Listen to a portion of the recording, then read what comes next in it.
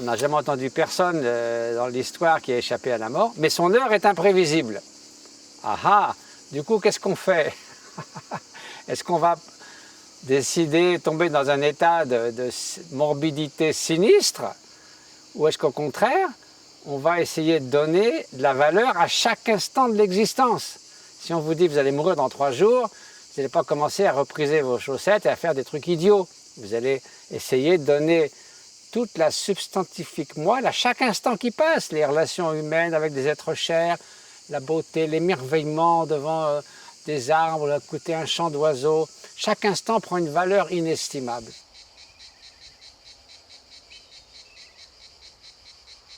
L'impermanence de toute chose, parce qu'une des grandes distorsions de la réalité à laquelle nous nous livrons constamment, c'est de nous agripper aux choses comme si elles allaient durer. Ma montre, c'est ma montre parce qu'elle était là hier, elle sera là demain, alors qu'en fait, tout change à chaque instant. Rien ne reste identique à lui-même. L'impermanence, ce n'est pas une question de croyance. On peut s'aveugler à l'existence de l'impermanence, mais il ne s'agit pas de croire en quoi que ce soit. On ne vous demande pas une croyance aveugle dans quelque chose dont on ne sait pas trop si ça existe ou pas. Un des premiers enseignements du bouddhisme vise à combler le fossé entre nos perceptions illusoires et la réalité.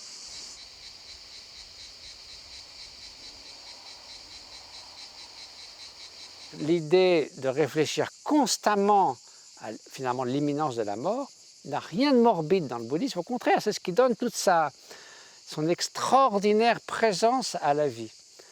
Mais par contre, on ne doit jamais l'oublier. Et le problème, souvent en Occident, c'est qu'en écartant la mort de notre visibilité, ben on fait comme si on allait vivre pour toujours, qu'on sera toujours jeune, qu'il n'y a pas d'impermanence, qu'on va à 70 ans, on aura l'air d'une jeune fille de 16 ans, etc. etc. Toutes ces illusions qui sont très contraires à un épanouissement véritable. Donc pour symboliser ça, il y a toutes sortes d'enseignements et d'instructions spirituelles. Donc quand on est en retraite, par exemple, dans un ermitage, tous les soirs, on met son bol à l'envers, parce qu'on ne sait pas si de demain matin ou de ma mort, qui viendra le premier. Et même un grand sage bouddhiste du 1er siècle après Jésus-Christ, Nagarjuna, a écrit « On doit être extrêmement fortuné d'inspirer à nouveau après avoir expiré une fois. » Donc chaque instant, la mort peut venir.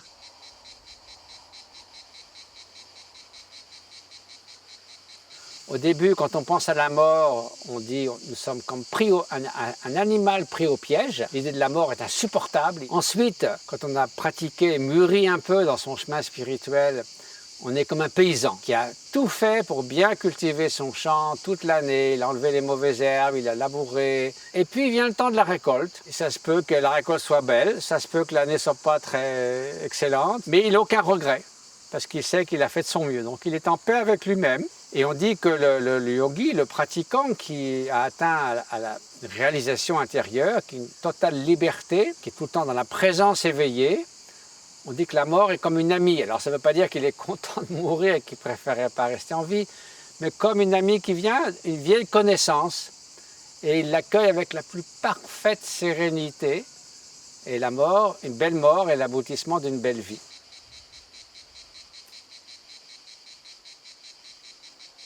Et la question, ce n'est pas quel est le sens de la vie avec un grand S, c'est quel sens pouvez-vous donner à votre vie? Et ça, c'est très important. Être un bon être humain, vous épanouir dans l'existence et être mieux au service des autres et de la société. Alors là, si vous faites ça, vous ne pouvez pas rater votre coup. Ceci dit, au sein du bouddhisme, donner un sens ou extraire la quintessence de l'existence humaine, c'est très important puisqu'on la considère comme éminemment précieuse. Et pour ça, c'est précisément progresser de la confusion à la connaissance, de l'asservissement aux causes qui perpétuent nos souffrances dans ce cercle vicieux qu'on appelle l'océan des existences, le samsara, pour se libérer de ces conditionnements qui perpétuent nos souffrances, donc un processus de l'asservissement à la liberté et de l'obscurité à l'éveil, donc l'éveil spirituel dans lequel Au début, on parle d'un mélange d'ombre et de lumière, et peu à peu, il n'y a que la lumière dans la pièce, ce qui veut dire, lumière, c'est pas que des lumières dans l'espace, ça veut dire que toutes les toxines mentales qui causent nos souffrances et celles des autres, à savoir l'animosité, le désir obsédant, le manque de discernement, l'orgueil et l'arrogance, l'envie et la jalousie, et puis toute une pléthore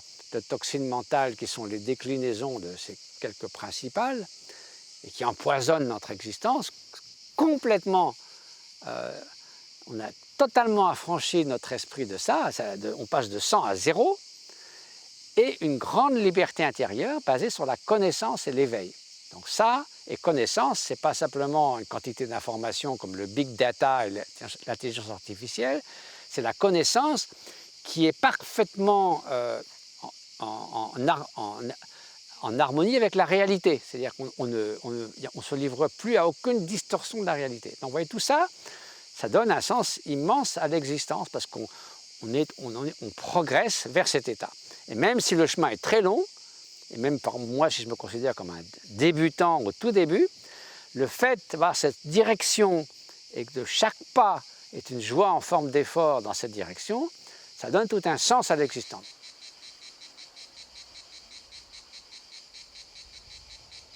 On peut effectivement approcher la mort d'une manière parfaitement sereine. Moi, j'ai vu beaucoup de grands pratiquants mourir de manière absolument étonnante. Notamment un maître qui était un disciple de mon propre maître et que j'aimais beaucoup, qui est mort d'une leucémie et il voulait mourir dans son ermitage.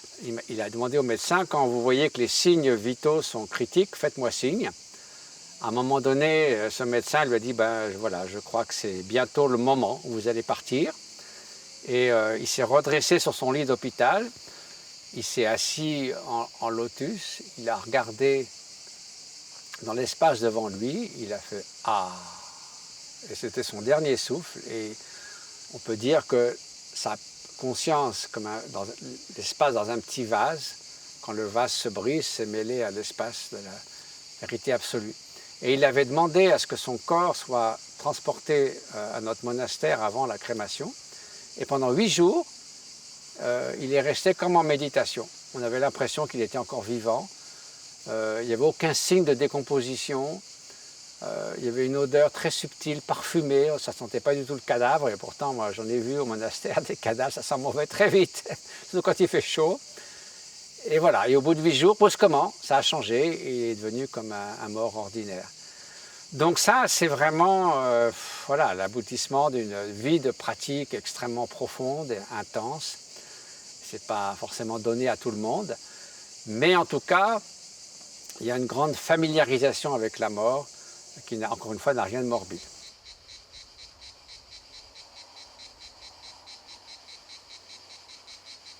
Dernière petite chose sur les enterrements, ou disons les cérémonies funéraires. En Occident, c'est plutôt sinistre, le moins qu'on puisse dire. Tout le monde fait une tête d'enterrement. Bon, c'est bien normal, on a perdu un être cher, c'est une grande tristesse, et puis bon, voilà. Toujours est-il qu'en Orient, en tout cas dans le bouddhisme tibétain, c'est une sorte de fête. Alors on invite une cinquantaine de moines, si possible un grand lama, il y a généralement une crémation qui est faite, une très belle cérémonie, donc en plein air, on invite tout le monde, et après généralement on fait un grand banquet. Et on dit « Ah, ça s'est bien passé, belle cérémonie, on a fait des belles offrandes, voilà, qui a accompagné le mort de nos prières. » Et tout le monde est content. Évidemment, il y a un côté triste de quelqu'un qui est parti. Et je me souviens d'une amie nonne américaine qui est morte à notre monastère. Et donc l'ambassadeur américain était venu à la crémation. Il a dit « J'ai jamais vu des funérailles pareilles. » Tout le monde avait l'air joyeux, c'était formidable.